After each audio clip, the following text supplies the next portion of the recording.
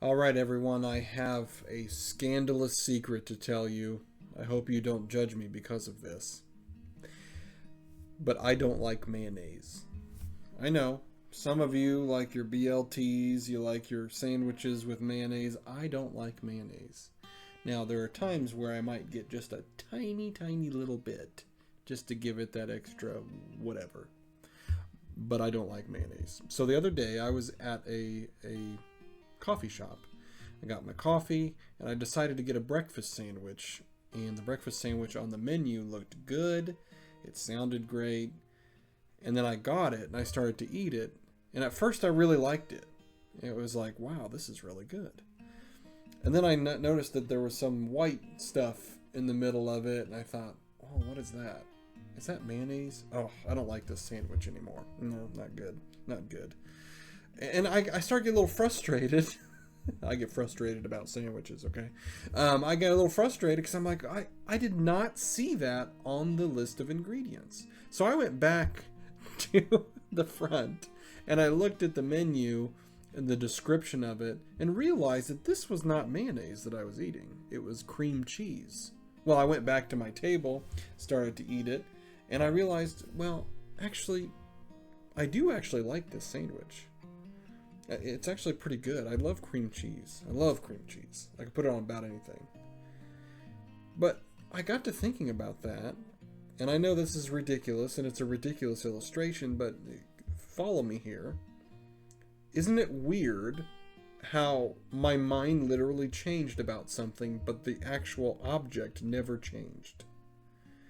Like, there was no change of circumstances here, other than now my perception had completely changed. There was a psychologist I read about in a book that I'm reading, and he went to this college campus, and he noticed the college campus had a bunch of hills and valleys, and it was very hard to traverse from the outset whenever he looked at it.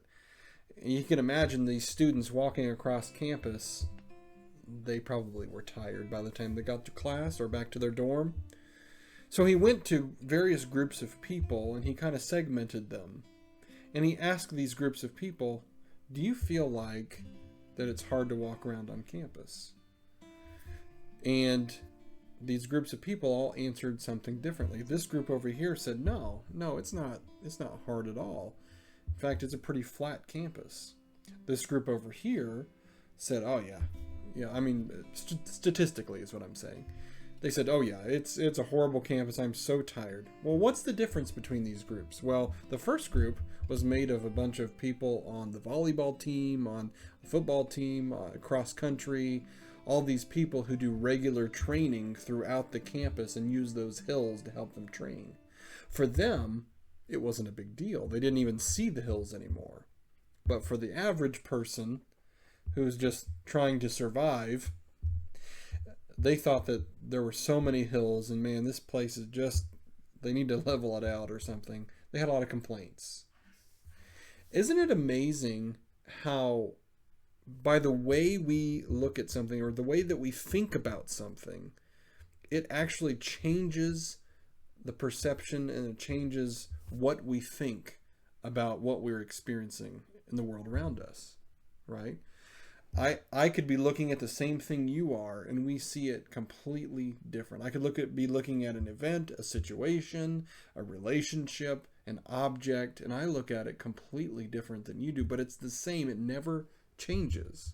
I think this is why the Bible talks so much about our minds, and it talks about renewing our minds. And in Romans chapter 12, I've read this fairly recently, but it got me to thinking about how important it is for us to exercise this understanding that our minds should be given over to God. So Romans chapter 12, verse 1, therefore I urge you, brothers and sisters, in view of God's mercy, to offer your bodies as a living sacrifice, holy and pleasing to God. This is your true and proper worship.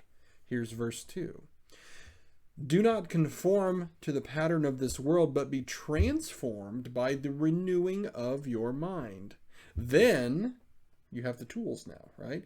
Then you will be able to test and approve what God's will is, his good, pleasing, and perfect will. It's almost like you have to change your mind in order to perceive the correct things.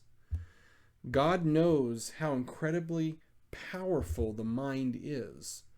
And if you are not sacrificing your mind, or if you are not giving your mind over to God, then you're not going to look at the world around you in the way that he intended you to look at it.